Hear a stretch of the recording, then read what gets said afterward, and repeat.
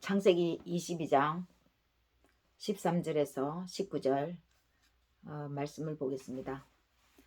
아브라함이 눈을 들어 살펴본 적 한 순양이 뒤에 있는데 뿔이 수풀에 걸려 있는지라. 아브라함이 가서 그 순양을 가져다가 아들을 대신하여 번제를 드렸더라. 아브라함이 그 땅 이름을 여호와 이레라 하였으므로 오늘날까지 사람들이 이르기를 여호와의 산에서 준비되리라 하더라. 여호와의 사자가 하늘에서부터 두 번째 아브라함을 불러 이르시되 여호와께서 이르시기를 내가 나를 가리켜 맹세하노니 내가 이같이 행하여 내 아들 내 독자도 아끼지 아니하였은즉 내가 너에게 큰 복을 주고 내 씨가 크게 번성하여 하늘의 별과 같고 바다의 모래와 같게 하리니 내 씨가 그 대적의 성문을 차지하리라. 또 내 씨로 말미암아 천하 만민이 복을 받으리니 이는 내가 나의 말을 준행하였음이니라 하셨다 하니라. 이에 아브라함이 그의 종들에게로 돌아가서 함께 떠나 브엘세바에 이르러 거기 거주하였더라. 아멘. 믿는 것이 중요하냐, 행동하는 것이 먼저냐, 둘 다 중요한데 믿으면 행동이 자연스럽게 되어집니다. 행동하는 데는 그만큼 믿음이 밑바탕에 깔려있기 때문에 행동할 수 있는 거죠. 그러나 믿지 못하는데 보이지 않고 보지 못하고 믿을 수 있다라는 것은, 믿는다라는 것은 쉬운 일이 아닙니다. 대단한 일이라서 하나님의 선물이라고 하는 것입니다.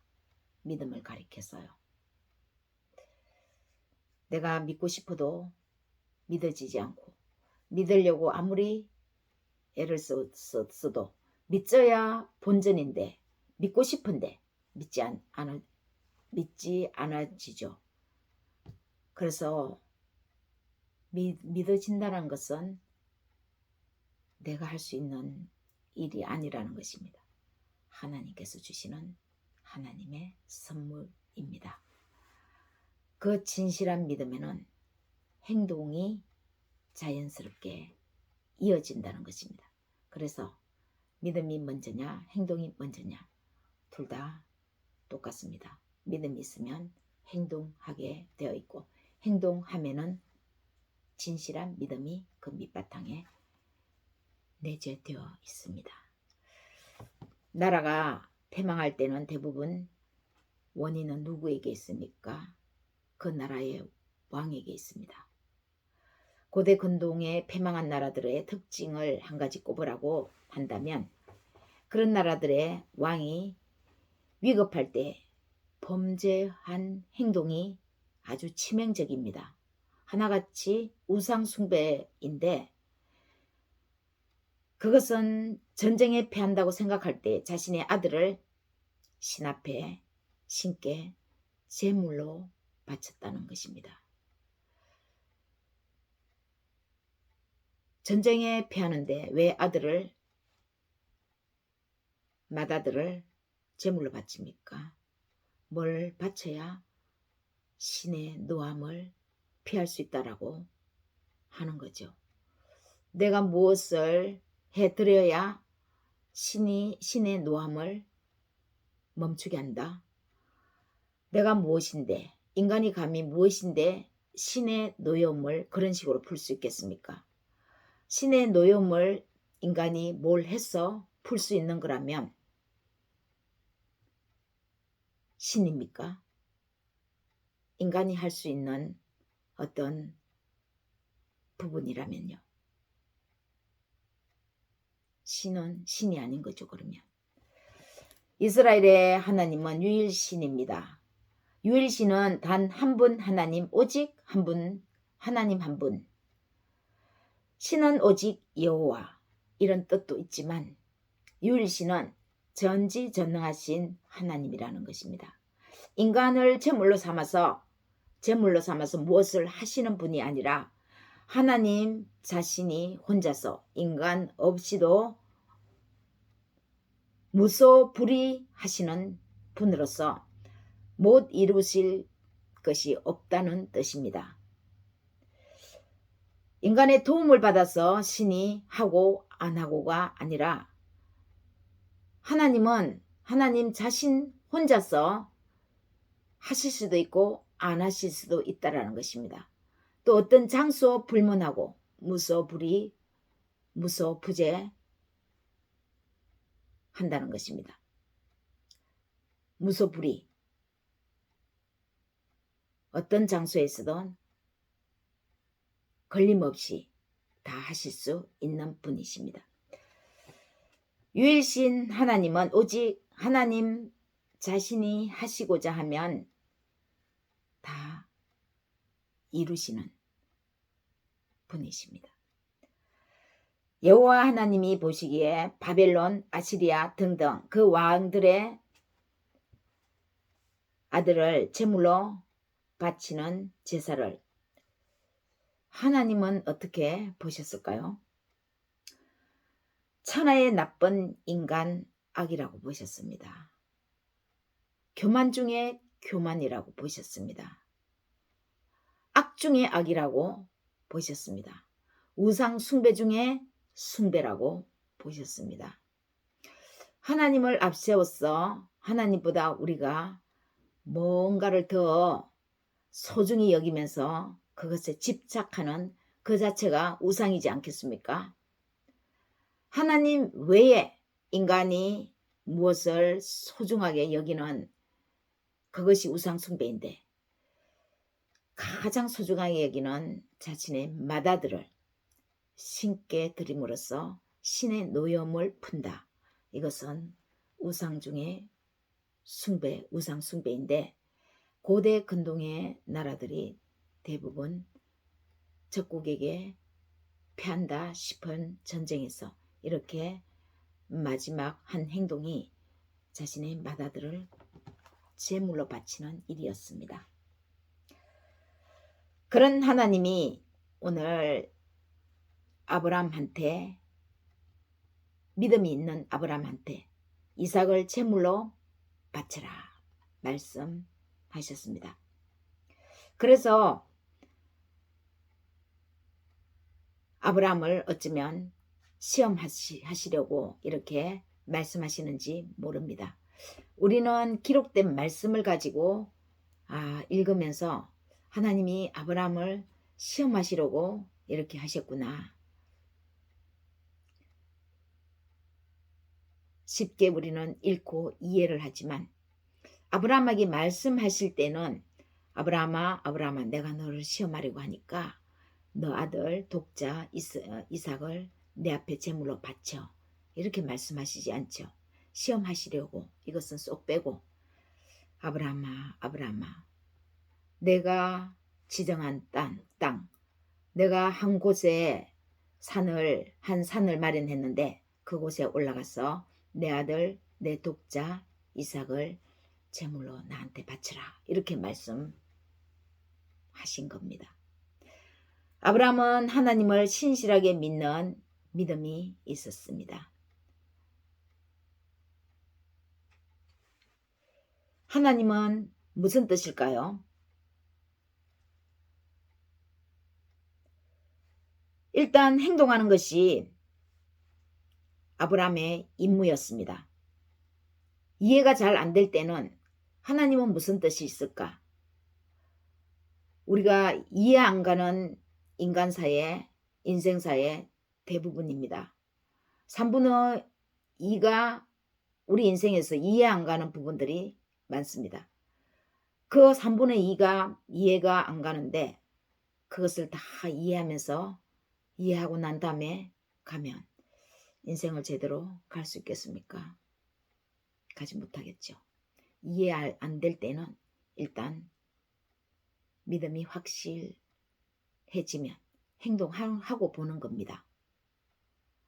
믿지 않는 사람이 말할 때는 몸을 거는 거죠. 믿는 사람은 믿고 나아가 보자. 일단 그러는 것입니다. 믿고 나가는 것, 행동하는 것입니다. 아브라함도 이해가 안 갔을 것입니다. 하나님은 아브라함에게 100세의 아들을 주셨습니다. 그렇게 아들이 안 생겼는데 100세나 돼서 아들을 주셨는데 하나님이 주시겠다고 또 100세에 네 아들이 태어날 거다 이렇게 했는데 100세의 아들이 생겼습니다. 16세쯤 됐는데 그 아들을 독자로 하나님 앞에 제물로 바치라고 합니다. 이해가 가겠습니까? 줄 때는 언제고 그 아들 귀한 아들을 키웠더니 제물로 바쳐. 아브라함은 이렇게 따지지 않습니다. 하나님 이해가 가지 않습니다. 이렇게 하지 않고 하나님이 분명히 주셨는데 또 오늘 이렇게 제물로 바치라고 할 때는 하나님은 무슨 계획이 있을 거야. 무슨 뜻이 있을 거야.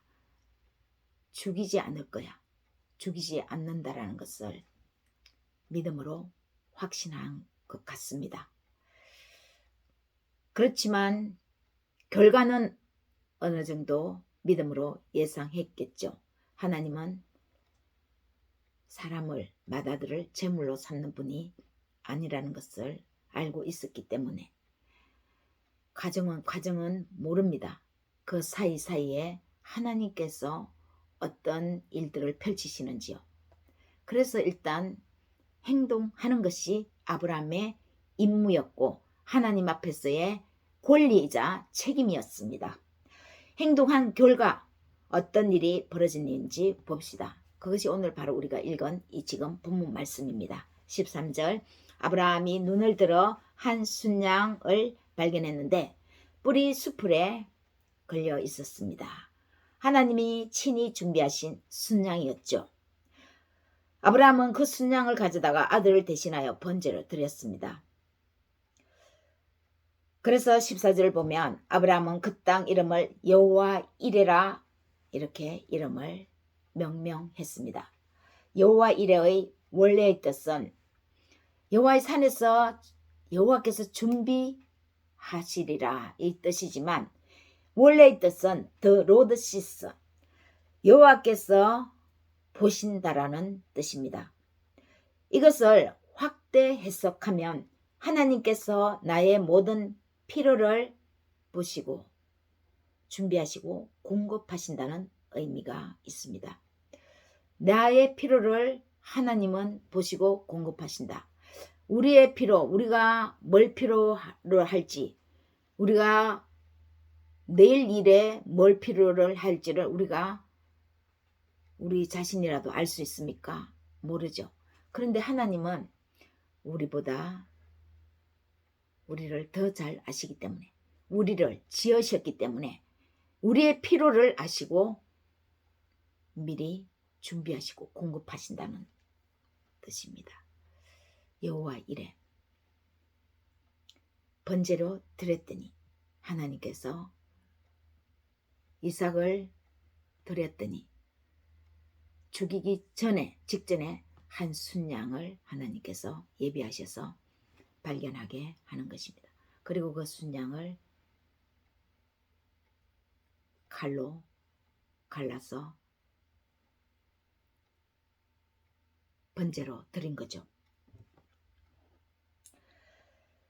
하나님은 나의 필요를 아시고 준비하시고 공급하십니다.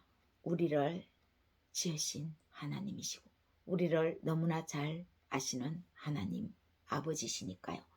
하나님은 우리의 구원을 위해서 하나님의 어린 양 예수님을 준비하셨습니다. 우리의 구원자, 우리 삶의 구원자, 우리 인생의 구원자, 우리 영혼의 구원자 예수 그리스도입니다.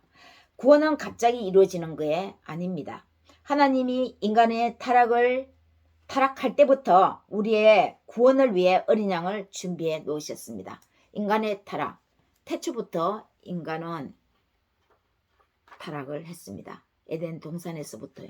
그때부터 이미 예수님은 우리가 태어나기도 전에 우리의 구원자 예수 그리스도를 준비해 놓으셨죠.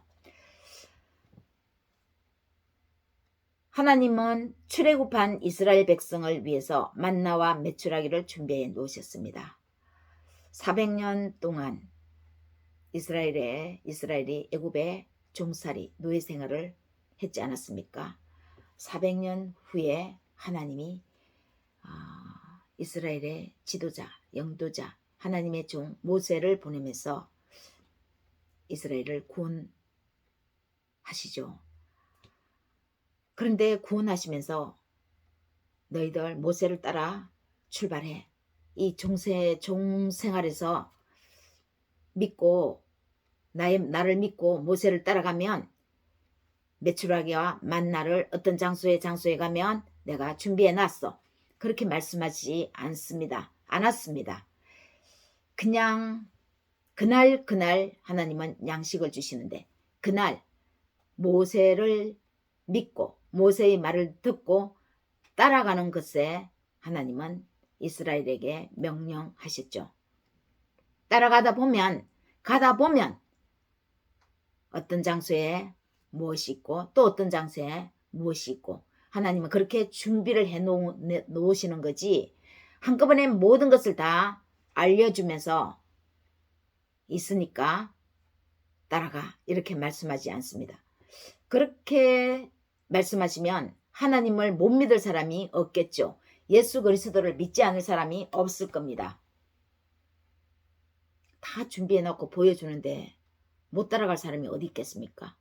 그래서 보이지 않는 것을 믿고 따라가는 것은 진짜 복이 있는 인생입니다. 하나님은 독생자와 함께 우리의 모든 필요를 공급해 주십니다. 자기 아들, 진짜 귀한 아들, 생명을 우리에게 주셨는데 생명보다 더 소중한 것은 없지 않습니까? 그러면 그 나머지 부수적인 것들은 아들을 통해서 예수 그리스도를 통해서 우리에게 모든 것을 다 부수적인 것들은 이미 예수 그리스도 안에서 우리가 공급함을 받는다는 것입니다.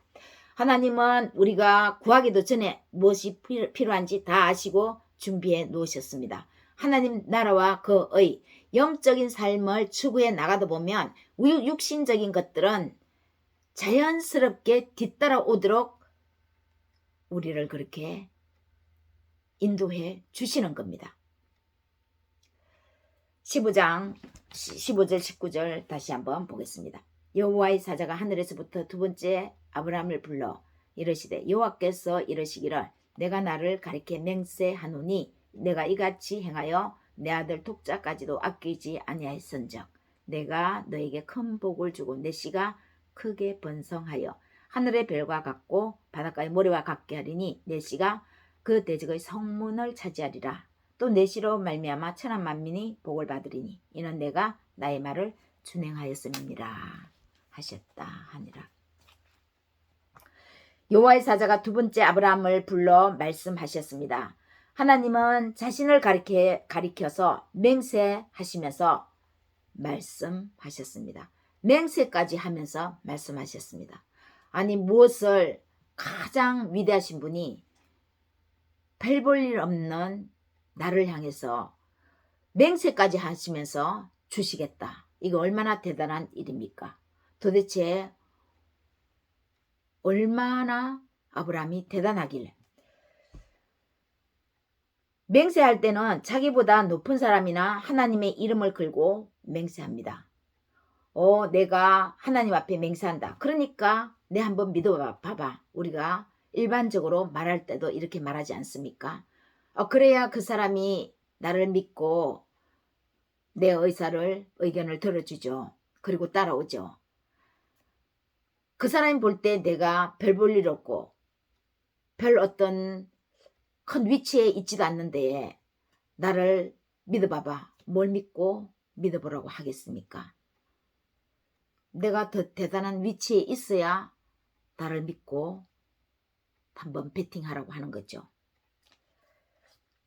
그래야만 맹세의 권위가 서고 상대방을 신뢰하기 때문입니다.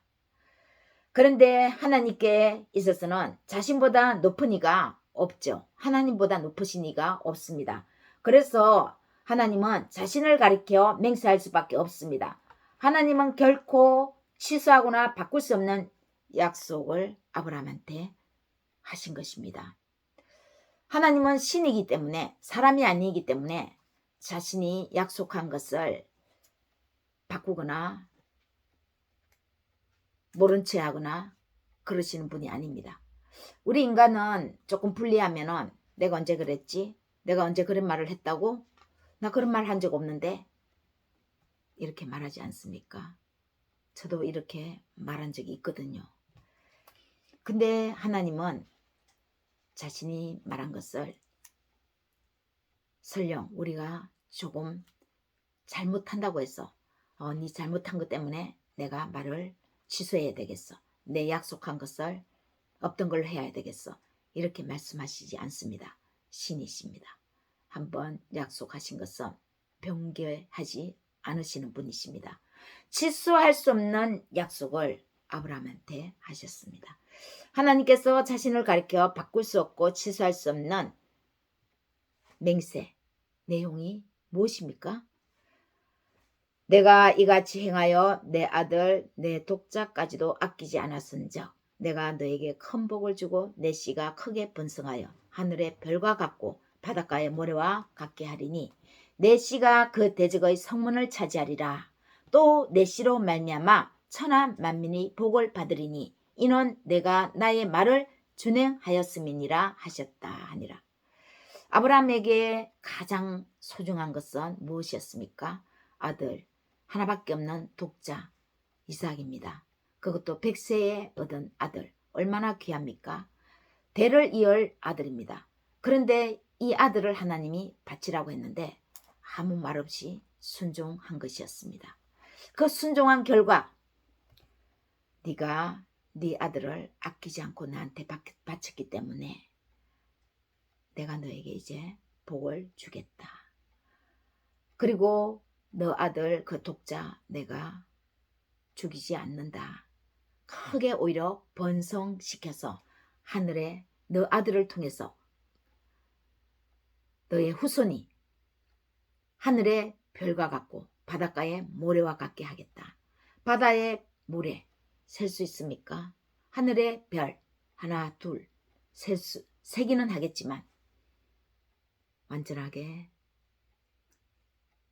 끝나기까지 셀 수 없습니다. 그리고 그 아들을 통해서 후손이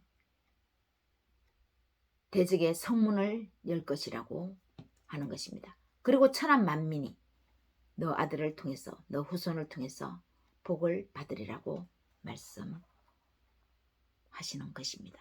이것이 바로 하나님께서 자신의 이름을 걸고 맹세하면서 아브라함에게 약속하신 약속입니다. 하나님은 아브라함의 자손이 크게 번성하여 그 수가 하늘의 별과 바다의 모래와 같이 하시겠다고 하셨고 또 그의 씨가 그 대적이 성문을 차지할 것이라고 말씀하셨습니다. 성문은 성읍으로 들어가는 관문이기 때문에 성문을 차지한다는 것은 성읍을 점령했다는 뜻입니다. 전쟁할 때에 성문을 누가 먼저 여느냐 그것이 관건이죠. 성문, 대적의 성문을 먼저 여는 사람이 전쟁에서 이기는 겁니다. 여기서 메시는 장차 오실 메시아를 말하는 것입니다. 아브라함의 후손 이삭을 통해서 이어지는 그 후손, 거기에서 이어지는 그 후손이 바로 예수 그리스도인데 예수 그리스도를 통해서 천하 만민이 복을 받게 하신 것입니다. 그 예수님을 오늘날 우리가 믿는 것입니다. 우리에게 보내주셨습니다. 아브라함의 후손이죠. 예수 그리스도는요. 육적으로, 육신적으로. 영으로는 아브라함의 주인이 바로 예수님입니다. 영으로는 하나님의 아들이신 예수 그리스도, 아브라함의 하나님이 예수님, 주님이죠. 그렇지만 육신으로는 아브라함의 후손이 바로 예수님입니다. 그 예수님을 우리에게 보내주셔서 천하 만민이 예수 그리스도를 통해서 복을 얻게 그 성문을 열어주셨습니다. 대적, 사탄의 권세, 마귀의 권세, 죽음을 이기고 죽음을 깨뜨리시고 부활하신 예수님, 대적, 죽음, 이 대적의 문을 여신 것입니다. 인간이 가장 무서워하는 대적이 뭡니까? 죽음입니다. 죽음을 이기셨어요. 그래서 우리는 곰곰이 생각하면 죽음이 무섭죠. 그러나 예수 그리스도 안에서 우리가 말씀을 묵상하고 하나님을 생각하면 이 죽음이 무섭지 않는 것입니다. 이제 하나님과 함께 영원히 궁극적으로 내가 그하는 그런 나라로 가는구나. 그래서 무섭지 않은데 그것을 생각하지 않고 그리스도 예수 안에서 우리가 벗어나서 죽음을 생각하면 가장 죽음이 무섭죠. 제일 무서운 것이 죽음입니다. 어디 끌려가도 또 누구 앞에 협박을 받아도 죽을까봐 무섭지 않습니까? 죽일까봐 두렵지 않습니까? 왜 그 사람 앞에 굴복합니까? 죽을까봐, 죽일까봐. 죽음을 이길 수 있는 인간은 그 어떤 인간도 없습니다. 그 대적, 죽음의 문을 열었습니다. 이겼습니다. 권세를 깨뜨리셨습니다. 죽음을 이기고 부활하신 예수 그리스도십니다. 아브라함을 통해서 천하 만민이 복을 얻는다는 것은 바로 그의 후손에게서 나실 예수 그리스도로 말미암아 받게 될 구원의 복을 말합니다. 이 구원의 복은요, 근원적인 것은 예수 믿는 것을 말하지만 살면서 예수 그리스도 안에서 우리가 매 순간순간 구원 얻는 일은 수없이 많습니다. 아플 때에도 병에서 나음을 얻는 것을 구원을 뜻하고, 오늘 어떤 계획이 있어서 소망이 있어서 또 시험치는 시험이 있어서 그 시험의 결과에서 좋은 것을 얻는 것, 그 좋은 결과를 얻는 것 또한 구원입니다. 그래서 우리는 궁극적으로 죄사함을 받는 그 이 구원도 중요하지만 이 궁극적인 구원이 먼저 이루어져야 하지만 삶 속에서 매 순간순간 우리가 하나님 예수 그리스도 안에서 구원이 필요합니다. 구원의 복은 그래서 너무 중요합니다.